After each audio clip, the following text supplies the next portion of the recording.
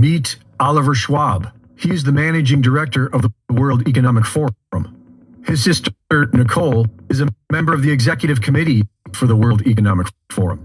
In July of 2021, she said that COVID was a huge opportunity to have their Great Reset.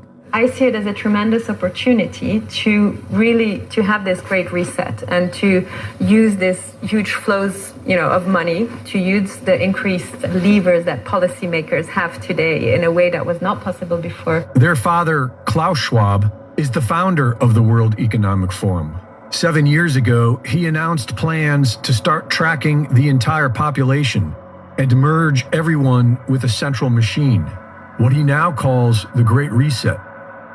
The Schwab family is working together with other families because that's how Team Evil works.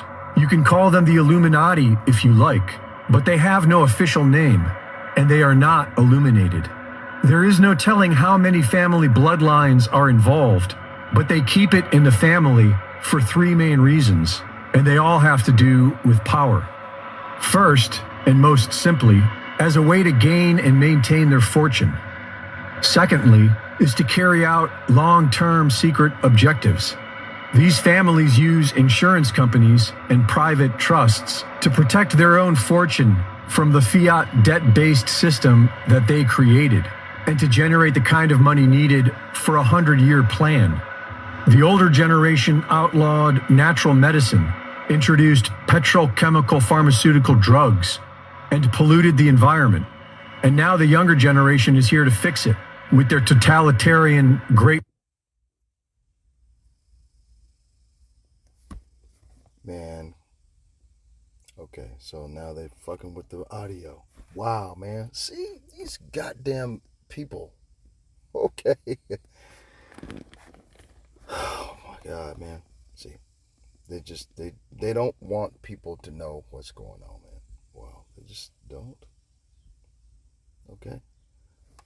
People are going to find out anyway, man. I mean, it's really... We, as world leaders, are not only actors on a stage, they are oblivious because they have suffered a lifetime of abuse and mind control.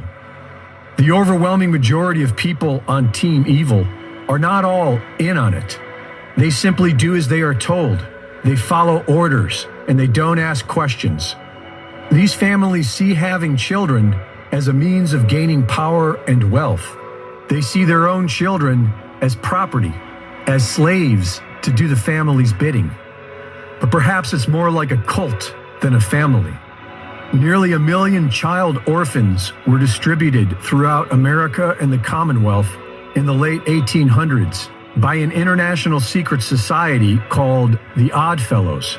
Delivered primarily by train, many of these orphans were born in private homes owned by the Odd Fellows and their offshoot, the Daughters of Rebecca, an all-female Masonic organization that featured symbols of mass breeding and fertility.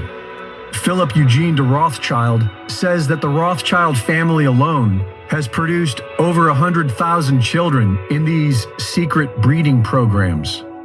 Most of the U.S. presidents during this time were Freemasons. 4 of them were Oddfellows. And at last count, 34 U.S. presidents are directly related to Charlemagne, king of the Franks, who is believed by these Illuminati bloodlines to be of the Merovingian bloodline, a genetic set that they highly value. And Team Evil has always been obsessed with genetics. So it really isn't that strange to point out the similarities between Justin Trudeau and Fidel Castro, Angela Merkel and Adolf Hitler's mother, Barbara Bush and Aleister Crowley, or even Obama and Akhenaten. The only way these families and their abused mind control minions are able to control the rest of us is by dividing us.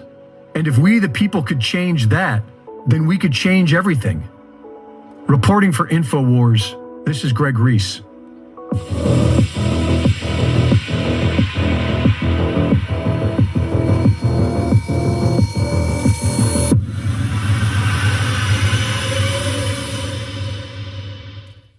Thank you for watching the latest Greg Reese Report.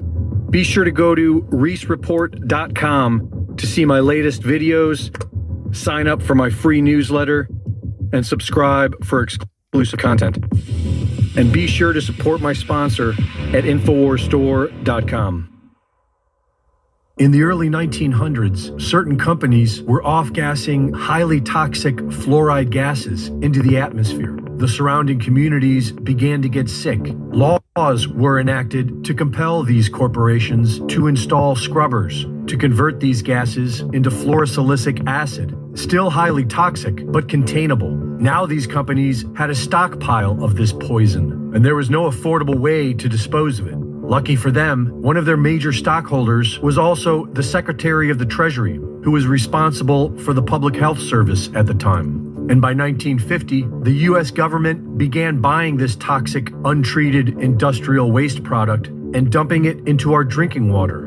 Reputable studies show that it's causing various cancers and other disease. With the Alexa Pure Pro, you can have clean drinking water and a remedy to this madness. Available now at InfoWarsStore.com.